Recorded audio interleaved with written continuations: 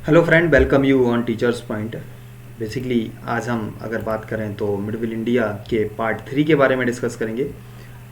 पिछली क्लासेस में आपने देखा था कि हमने जो पार्ट सेकंड था आपका मिडविल इंडिया का, वहाँ पर तुर्किश इन्वेजन की स्टार्टिंग की थी और तुर्किश इन्वेजन में हमने महमूद गजनबी के बारे में देखा था और आज हम डिस्कशन करेंगे मोहम्मद गौरी के बारे में।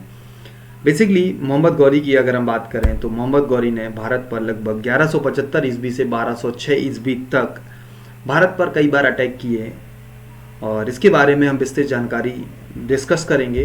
बेसिकली अगर हम एक इम्पोर्टेंट पॉइंट की अगर बात करें यहाँ पर, तो मोहम्मद गौरी जो था इसका भारत पर अटैक करने का जो उद्देश्य हुआ करता था तो वो इस्लाम धर्म का प्रचार प्रसार और अपने साम्राज्य का विस्तार करना था। बेसिकली ये अफगानिस्तान के शहर गजनी का निवासी था और गजनी में उस समय गौर डायनेस्टी रूल किया करती थी और गौर डायनेस्टी का जो रूलर था वो थे मोहम्मद गौरी। आगे अगर हम बात करें, मोहम्मद गौरी द्वारा जो भारत पर फर्स्ट अटैक किया गया था वो 1175 ईस्वी में मुल्तान नामक स्थान पर किया गया था, करमाती मुस्लिम पर।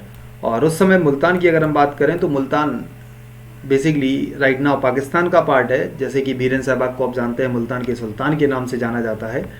तो उस समय करमाटी मुस्लिम पर जो अटैक किया था वो मोहम्मद गौरी ने किया था और इस युद्ध में उसने काफ़ी लूटपाट की थी और लूटपाट करने के बाद मोहम्मद गौरी वापस गजनी लौट गया था और लगभग 1178 ईस्वी ने इसमें गुजरात पर अटैक किया और गुजरात पर उस समय जो शासक हुआ करते थे वो भीम सेकंड या भीम द्वितीय हुआ करते थे, जो चालुक्य डायनेस्टी से बिलोंग करते थे। बेसिकली भीम फर्स्ट की अगर हम बात करें तो हमने जब सोमनाथ मंदिर पर महमूद गजनबी का जो अटैक हुआ था उस समय जो गुजरात के शासक हुआ करते थे वो भीम फर्स्ट थे। ठीक है, तो आपको चीज़ माइंड में लेते हुए चलना है। और इस युद्ध में मोहम्मद गौरी हारा और हारने के बाद गजनी वापस चला गया। कुछ समय पश्चात 1179 ईस्वी में उसने सिंध और कश्मीर पर अटैक किया और सिंध और कश्मीर के क्षेत्र को अपने अधिकार में या अपने एक अधिकार में ले लिया। और सिंध और कश्मीर जब उसके एक अधिकार में हो गया तभी मोहम्मद गौरी की नज़र दिल्ली पर पड़ी और दिल्ली, अजमेर और सांबर नामक जो राज्य थे उन पर एक डायनेस्टी रूल किया करती थी जिन्हें हम बोलते थे चौहान डायनेस्टी।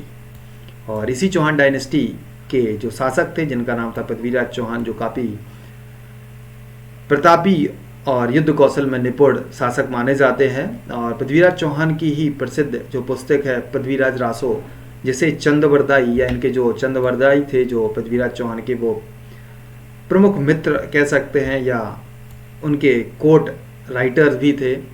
और चंद्रवरदाई द्वारा ये पुस्तक लिखी गई है पृथ्वीराज रासो, जिसमें पृथ्वीराज चौहान के बारे में सारी चीज़ें डिस्कस की। पृथ्वीराज रासो के अकॉर्डिंग अगर हम बात करें तो कहा गया है कि गौरी ने पृथ्वीराज चौहान पर लगभग 16 टाइम अटैक किया था और कभी भी इस अटैक या आक्रमण में कभी भी सफल नहीं हो सका। और हर बार वही पृथ्वीराज चौहान से क्षमा याचना कर लेता था और क्षमा याचना के तत्पश्चात पृथ्वीराज चौहान इसे माफ भी कर दिया करते थे। लेकिन जब 17वां आक्रमण जो 1191 ईस्वी में इसमें पृथ्वीराज चौहान पर किया, जिसे बैटल ऑफ तराइन या तराइन के प्रथम युद्ध के नाम से जाना जाता है, और इस युद्ध में मोहम्मद गौरी हारा और हारने के पश्चात गजनी वापस लौट गया।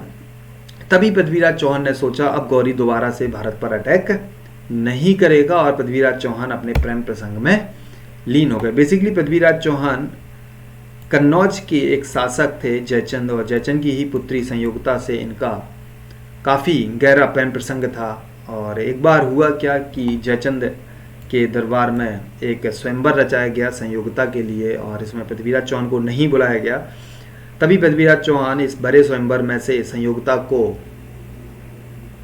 अगवा कर ले आए थे और इसी का फायदा उठाते हुए मोहम्मद गौरी ने पृथ्वीराज चौहान पर अटैक कर दिया और अटैक करने के तत्पश्चात पृथ्वीराज चौहान मारे गए। और इस युद्ध को हम बैटल ऑफ तराइन सेकंड या तराइन के द्वितीय युद्ध के नाम से जानते हैं। बेसिकली ऐसा कि इतिहासकार कहते हैं कि इस युद्ध में पृथ्वीराज चौहान मारे गए थे। लेकिन अगर हम पृथ्वीराज चौहान की जो जीवनी है पृथ्वीराज रासो, जिसे चंद्रवरदाई द्वारा लिखा गया है, उसमें चंद्रवरदाई कहता है कि युद्ध के पश्चात पृथ्वीराज चौहान को बंदी बनाकर मोहम्मद गौरी गजनी ले गया था और गजनी में उसे प्रताड़ित किया गया था। साथ ही साथ वाद विवाद के दौरान जब पृथ्वीराज चौहान मोहम्मद गौरी को घूर घूर कर देख रहे थे तभी मोहम्मद गौरी ने पृथ्वीराज चौहान को नेत्र विहीन कर दिया था। और जब पृथ्वीराज चौहान को नेत्रविहीन किया गया था उसी समय चंद्रवरदाई को भी पृथ्वीराज चौहान के साथ ले जाया गया था और चंद्रवरदाई ने मोहम्मद गौरी से एक प्रार्थना की थी कि पृथ्वीराज चौहान शब्दवेदी बाण जानने की भी इनमें कला है और इसका आप परिचय ले सकते हैं। तभी मोहम्मद गौरी ने पृथ्वीराज चौहान के हाथों में धनुष और बाण दिए और तभी पृथ्वीराज रासो में जो जैसा कि चंद्रबरदाई कहता है कि उसने बोला कि 4 बांस 24 गज अंगुल अष्ट प्रमाण ता ऊपर सुल्तान है चूको मत चौहान। और तभी पृथ्वीराज चौहान ने मोहम्मद गौरी के ऊपर बाण छोड़ा और मोहम्मद गौरी वहीं ढेर हो गया, ऐसा चंद्रबरदाई की जो पुस्तक है पृथ्वीराज रासो उसमें कहा गया है।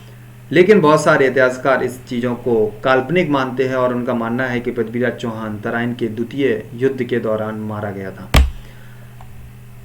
तराइन का जो द्वितीय युद्ध हुआ था 1192 ईस्वी में, उसमें मोहम्मद गौरी के साथ एक प्रसिद्ध सूफी संत जिनका नाम था ख्वाजा मोइनुद्दीन चिश्ती, वो भी भारत आए थे और उन्होंने सूफिज्म धर्म का प्रचार प्रसार किया और साथ ही साथ अपनी दरगाह बनाई अजमेर में, और जिसे अजमेर शरीफ की दरगाह के नाम से जाना जाता है। और यहाँ से भी क्वेश्चन बहुत इंपॉर्टेंट आपके एग्जाम के पॉइंट ऑफ व्यू से रेज होता है कि अजमेर शरीफ की जो प्रसिद्ध दरगाह है वो किस प्रसिद्ध सूफी संत की कब्र के ऊपर बनी हुई है, तो उनका नाम है ख्वाजा मोइनुद्दीन चिश्ती। तो इन चीज़ों को पॉइंट आउट करते हुए चलिएगा। आगे अगर हम बात करें 1193 ईस्वी में मोहम्मद गौरी ने अपनी जो कैपिटल थी उसे दिल्ली बनाया और दिल्ली में कैपिटल बनाते ही मोहम्मद गौरी ने राजा जयचंद जो बेसिकली संयोगता के फादर हुआ करते थे उन पर अटैक किया और जिसे बैटल ऑफ चंदावर या चंदावर के युद्ध के नाम से जाना जाता है, जो 1194 ईस्वी में लड़ा गया। इस युद्ध में मोहम्मद गौरी के साथ एक महत्वपूर्ण भूमिका निभाने वाला उनका एक गुलाम हुआ करता था जिन्हें हम बोलते थे कुतुबुद्दीन ऐबक, और इसी कारण कुतुबुद्दीन ऐबक को मोहम्मद गौरी द्वारा अपना सेनापति नियुक्त किया गया था। और गुलाम होने के साथ साथ अगर हम बात करें तो मोहम्मद गौरी कुतुबुद्दीन जो ऐबक थे उनके ससुर भी कहलाते थे, यानी कुतुबुद्दीन ऐबक को हम मोहम्मद गौरी का दामाद और गुलाम भी कहते हैं। बेसिकली इनके हज़ारों गुलाम थे जिनमें से प्रसिद्ध जो गुलाम हैं जैसे कि कुतुबुद्दीन ऐबक, यलदौज, कुबाचा और बख्तियार खिलजी। बख्तियार खिलजी की अगर हम बात करें तो वही बख्तियार खिलजी हैं जिन्होंने नालंदा विश्वविद्यालय पर अटैक करवाया था। तो यहाँ पर बख्तियार खिलजी भी बेसिकली मोहम्मद गौरी के गुलाम हुआ करते हैं। आगे अगर हम बात करें कुतुबुद्दीन ऐबक द्वारा 1194 ईस्वी में इस्लाम धर्म के प्रचार प्रसार करने के लिए कुतुबुल इस्लाम नामक एक मस्जिद दिल्ली में स्थापित की गई थी और साथ ही से साथ 2.5 दिन का चौपड़ा जो कि राजस्थान के अजमेर नामक स्थान पर स्थित है। 1199 ईस्वी में कुतुबुद्दीन ऐबक के ही गुरु हुआ करते थे जिनका नाम है कुतुबुद्दीन बख्तियार अल काकी। कुतुबुद्दीन ऐबक ने कुतुबुद्दीन बख्तियार अल काकी के नाम पर एक मीनार की स्थापना की जिसे हम बोलते हैं कुतुब मीनार, और इसका जो कार्य संपूर्ण करवाया वो इल्तुतमिश ने लगभग 1129 ईस्वी में फिनिश करवाया। इल्तुतमिश ने इस कार्य को फिनिश हो जाने के बाद अपनी कैपिटल दिल्ली रखी, इसलिए इल्तुतमिश को दिल्ली सल्तनत का वास्तविक संस्थापक भी कहा जाता है। आगे अगर हम बात करें तो 1205 ईस्वी से 1206 ईस्वी के मध्य मोहम्मद गौरी वापस दिल्ली आया और दिल्ली आने के फलस्वरूप लगभग 1 साल दिल्ली में रहा, और जब दिल्ली से वापस इल्तुतमिश के साथ गजनी जा रहा था तभी रास्ते में 1206 ईस्वी में कश्मीर के खोखर जाटों ने इन पर अटैक कर दिया और इस अटैक के फलस्वरूप इनको काफ़ी क्षति पहुंची और जब ये गजनी वापस लौटे तो वहाँ पर इनकी मृत्यु हो गई। बेसिकली अगर हम बात करें तो मोहम्मद गौरी की कोई भी उत्तराधिकारी नहीं था और कोई भी उत्तराधिकारी ना होने के कारण मोहम्मद गौरी का जो साम्राज्य था उनके गुलामों के बीच बांटा गया, और जिसमें कुतुबुद्दीन ऐबक को दिल्ली दिया गया और यलदौज को गजनी साम्राज्य दिया गया, साथ ही साथ कोबाचा को काबुल और कंधार नामक साम्राज्य दिया गया। काबुल और कंधार कोबाचा को मिला, यलदौज को गजनी और कुतुबुद्दीन ऐबक को दिल्ली। अब कुतुबुद्दीन ऐबक की हम बात करें तो कुतुबुद्दीन ऐबक ने ही दिल्ली सल्तनत या गुलाम वंश, बेसिकली ये मोहम्मद गौरी का गुलाम हुआ करता था इसलिए इसने गुलाम वंश की स्थापना की। और जैसा कि इतिहासकार कहते हैं कि कुतुबुद्दीन ऐबक एकमात्र दिल्ली सल्तनत का ऐसा शासक था जिसने कभी भी गद्दी का प्रयोग नहीं किया या कभी भी ये सिंहासन पर नहीं बैठा। तो अगली क्लास जो भी होगी उसमें हम कुतुबुद्दीन ऐबक या गुलाम वंश की स्टार्टिंग करेंगे और गुलाम वंश के साथ साथ आगे फिर हम जो नेक्स्ट क्लास होगी वहाँ पर दिल्ली सल्तनत के सारे वंशों के बारे में देखेंगे, यानी गुलाम वंश के बाद हम खिलजी वंश देखेंगे, तुगलक वंश, सैयद वंश और लोधी वंश। अगर हम यहाँ पर एक बहुत इंपॉर्टेंट बात की डिस्कशन करें कि बेसिकली जो भारत पर इन्विजन हुए हैं या भारत पर जो आक्रमण हुए हैं उसमें डिफरेंट डिफरेंट रूलर ने भारत पर अटैक किया है। बेसिकली सबसे पहला अरबों का भारत पर आक्रमण हुआ था, यानी अरेबियन इन्वेजन इन इंडिया हुआ था, यानी अरबों ने भारत पर आक्रमण किया था।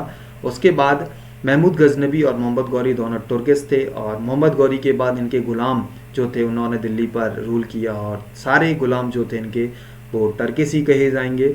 और उसके बाद जो दिल्ली सल्तनत की लास्ट डायनेस्टी होती है जिन्हें हम बोलते हैं लोधी डायनेस्टी, वो लोधी डायनेस्टी बेसिकली अफगानिस्तान के निवासी थे, यानी वहाँ पर वो अफगानिस्तान डायनेस्टी। और लास्ट में हम मुगल काल के बारे में भी देखेंगे।